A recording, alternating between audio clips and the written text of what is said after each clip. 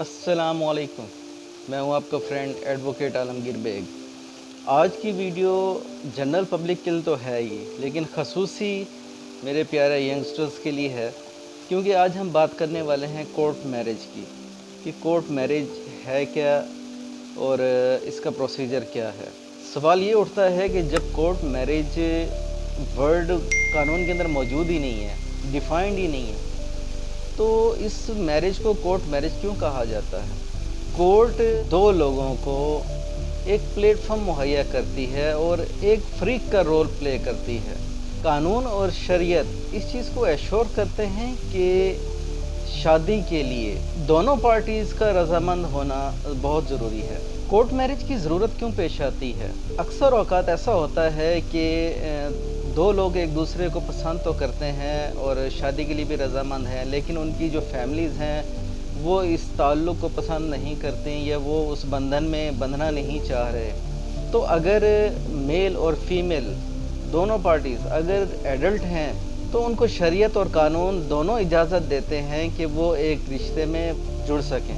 पाकिस्तान में शादी के लिए अपोजिट सेक्स का होना मोस्ट इम्पॉर्टेंट है। इसमें same sex, lesbians, homosexual, transgenders वगैरह के साथ शादी ऑफेंस है। अब हम थोड़ा डिटेल से रोशनी डालते हैं कि कोर्ट मैरिज के लिए किन किन लवाज़मात की ज़रूरत होती है। कोर्ट मैरिज के लिए मेल और फीमेल की ज़रूरत है और दोनों एडल्ट होने चाहिए। अब एडल्ट्री की क्या कंडीशन है? According to constitution of Pakistan, female की एज 16 ईयर्स होनी चाहिए और मेल की एज 18 ईयर्स होनी चाहिए मैरिज के लिए, जबकि शरीयत के हिसाब से एज ऑफ प्यूबर्टी ज़रूरी है।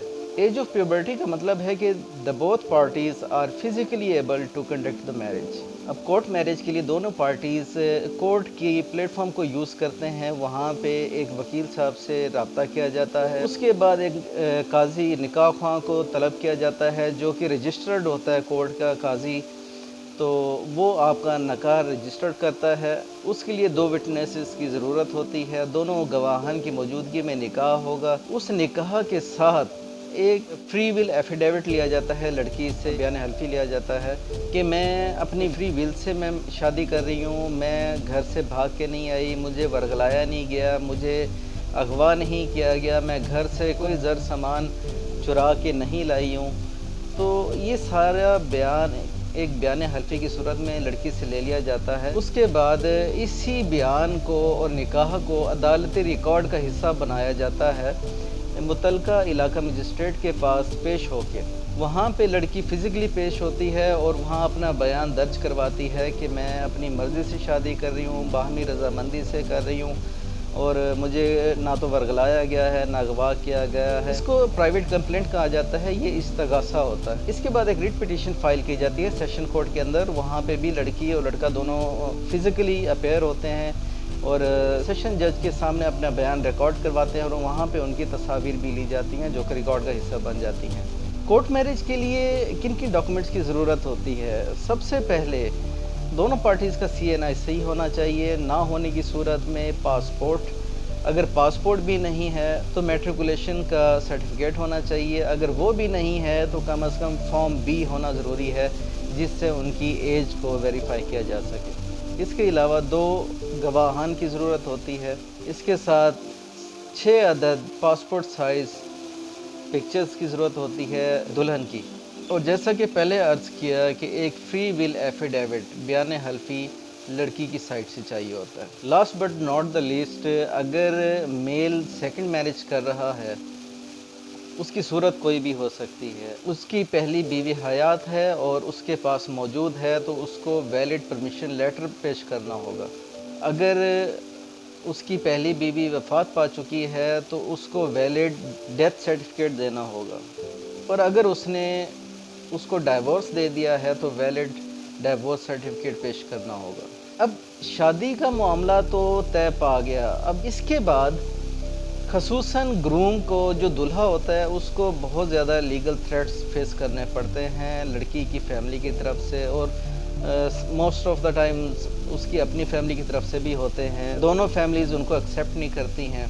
तो ये जितना भी कानूनी कार्रवाई की गई है और निकाह को अदालत के रिकॉर्ड का हिस्सा बनाया गया है, تو اس کا فائدہ اس صورت میں ہوتا ہے کہ جب لڑکی کی فیملی قانونی کارروائی میں آ جاتی ہے کہ ہماری لڑکی کو بھگایا گیا ہے، ورگلایا گیا ہے، اغوا کر کے شادی کی گئی ہے، یہ بدنیتی کی وجہ سے اس کے ساتھ نکاح کیا گیا ہے، وغیرہ وغیرہ۔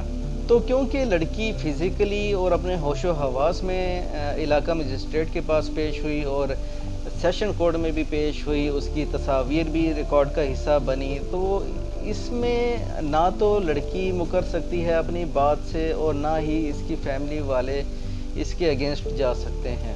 اب اگر لڑکے کے خلاف ایف آئی آر درج کرا دی جاتی ہے تو لڑکا بھی ان بیانات، ان سٹیٹمنٹس کا سہارا لیتے ہوئے اپنی بیل پٹیشن دائر کر سکتا ہے۔ سم ٹائم ایسا ہوتا ہے کہ لڑکی کی فیملی کورٹ میں پیش ہوتی ہے اور جب ان کے پاس کوئی لیگل سلوشن نہیں ہوتا، کیونکہ لڑکی نے بذات خود بیانات دیے ہوتے ہیں اور نکاح اپنی مرضی سے کیا ہوتا ہے، تو وہ لڑکی کو ورگلانے کی کوشش کرتے ہیں کہ آپ ہمارے ساتھ واپس فیملی میں چلو اور ہم آپ کی رخصتی ایک اچھے انداز میں کرنا چاہتے ہیں۔ اور بعد ازاں لڑکی کو پریشرائز کیا جاتا ہے، اس کو تھریٹ کیا جاتا ہے اور انسٹیگیٹ کیا جاتا ہے کہ آپ عدالت میں دوبارہ جا کے بیان دو کہ جو کچھ بھی میرے ساتھ ہوا وہ زبردستی کیا گیا۔ تو کیونکہ لڑکی آلریڈی کورٹ کے اندر بذات خود پیش ہوئی، اپنے ہوش و حواس میں اس نے بیان ریکارڈ کروایا، تصاویر بنائی گئی اور اس تمام کارروائی کو عدالت کا حصہ بنایا گیا، تو لڑکی بھی اس سب کارروائی سے انحراف نہیں کر سکتی، نہیں مکر سکتی۔ امید کرتا ہوں میری اس ویڈیو سے کچھ نہ کچھ آپ کو سیکھ ملی ہوگی اور آپ کو یہ ویڈیو انٹرسٹنگ بھی لگی ہوگی۔ تو میری نیکسٹ ویڈیو تک السلام علیکم۔